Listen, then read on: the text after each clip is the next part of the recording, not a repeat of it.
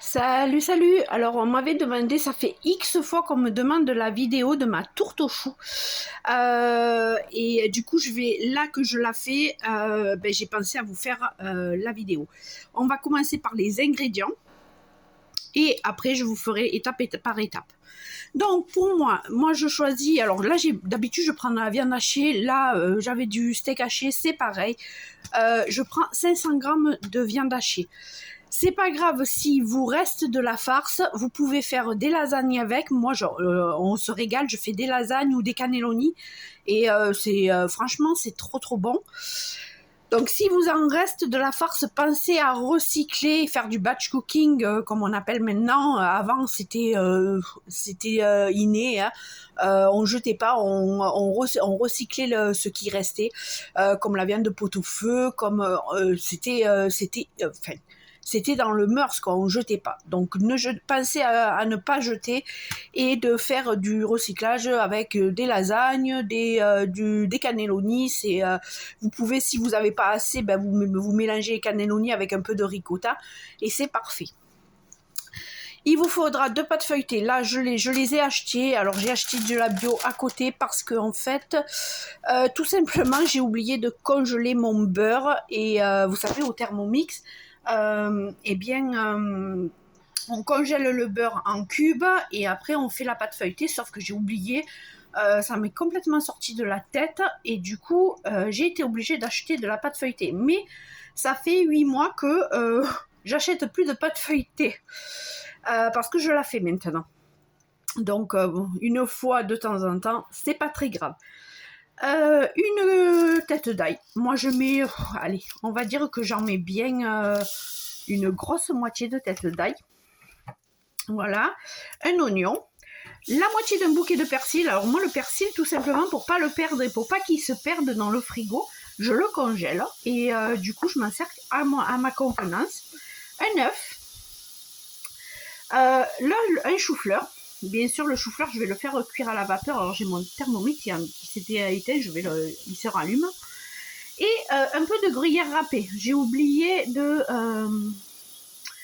le sortir, le gruyère râpé, mais il vous faudra un peu de gruyère râpé. De toute manière, je vais vous faire étape par étape.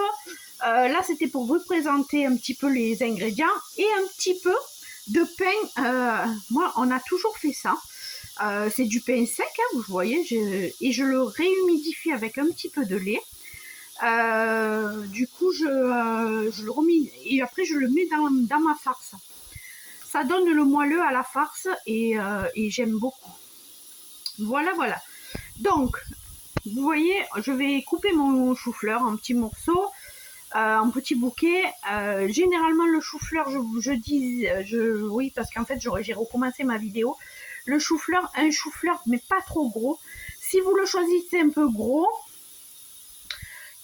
ça vous fera trop. Donc, vous en aurez trop, mais vous pouvez le faire en vinaigrette, en béchamel, avec du jambon et de la béchamel. Enfin, vous pouvez le recycler une partie. Moi, il va m'en rester certainement. Et je vais garder les quelques bouquets pour mettre en vinaigrette parce que mon chéri, il n'aime pas trop le chou-fleur cuit. D'ailleurs, en parlant du chou-fleur, quand vous allez le faire cuire votre chou-fleur, cuisez-le bien fondant.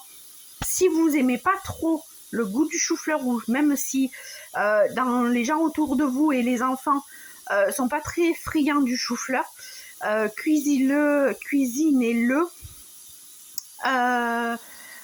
bien fondant. Comme ça, il va bien se mélanger à la farce et ça sera parfait. Et c'est aussi pour ça qu'on met un petit peu plus d'ail pour avoir un petit peu plus de goût et pour effacer un peu le goût du chou-fleur quand vous aimez pas trop ça.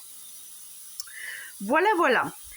Oui, j'ai les doigts dégueulasses, enfin pas dégueulasses, mais je me suis fait mal de partout en fait. J'en m'arrache les peaux. Donc voilà. Je vous prends par étape par étape. Moi, je vais couper mon chou-fleur. Je vais le faire cuire au Thermomix. Ensuite, je passerai à la gazinière pour le faire la farce pendant que le chou-fleur cuit. Je vous reprends de suite. Alors, je vous reprends. J'ai fini de couper mon chou-fleur. Donc comme il y en avait un petit peu trop, j'ai mis le varoma en place. Et du coup, comme je vous le disais, j'ai doublé le temps pour que le chou-fleur soit bien moelleux, enfin qu'il soit vraiment fondant, quoi. Voilà. Donc maintenant, je vais attaquer la viande hachée avec la farce, pour la farce. Donc, vous allez venir mixer, hacher le persil. Alors le persil était déjà assez haché, donc, mais je vous le rajouter avec parce qu'en fait tout se mélange et ça donne du goût. Pour la gousse d'ail, vous voyez, il me reste ça, de la gousse d'ail. Donc voilà. Et vous mettez tout ensemble, vous hachez tout. Et après, vous allez faire revenir avec de l'huile d'olive et un petit peu d'huile de tournesol votre haché ail, oignon, persil. Là, je viens faire revenir le mélange de persil, ail et oignon. Une fois que c'est bien revenu, vous incorporez la viande hachée. Voilà, la viande hachée est incorporée et du coup, maintenant, vous allez bien la faire revenir. Une fois qu'elle est bien revenue, en fait, c'est là qu'il faut couper et rajouter des ingrédients hors feu. Donc maintenant, votre viande est bien revenue. Vous la débarrassez dans un saladier et vous allez venir ajouter l'œuf, votre pain rassis imbibé dans le lait. Donc, j'ai mis l'œuf, le pain rassis, j'ai mis 2 œufs parce qu'il y a beaucoup de viande.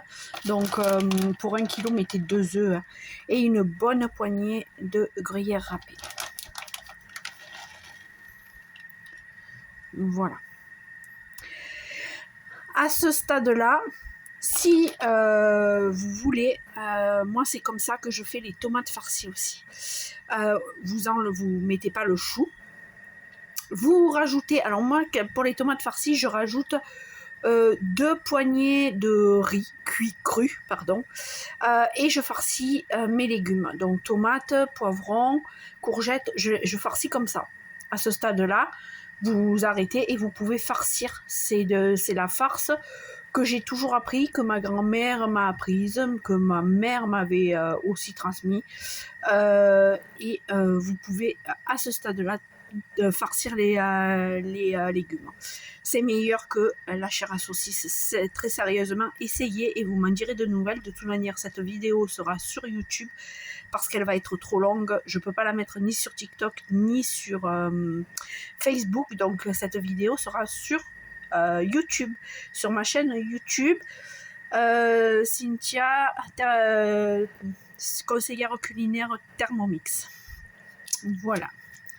Donc maintenant, vous allez mélanger, vous allez mettre, moi je mets quelques tours de moulin à poivre, un petit peu de sel, pas beaucoup parce que vous avez le gruyère qui est salé, donc faites attention quand vous salez. Et j'ai mon qui cuit, j'ai mon chou-fleur qui finit de cuire. Je vais rajouter mon chou-fleur après, à la fin.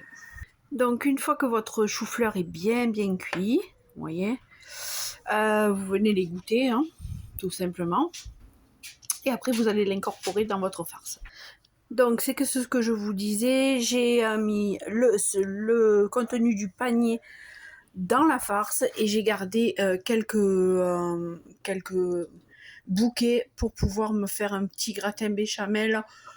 Dans la semaine, je vais le mettre dans un récipient en verre fermé et je le garde pour dans la semaine pour me faire un petit gratin de chou-fleur.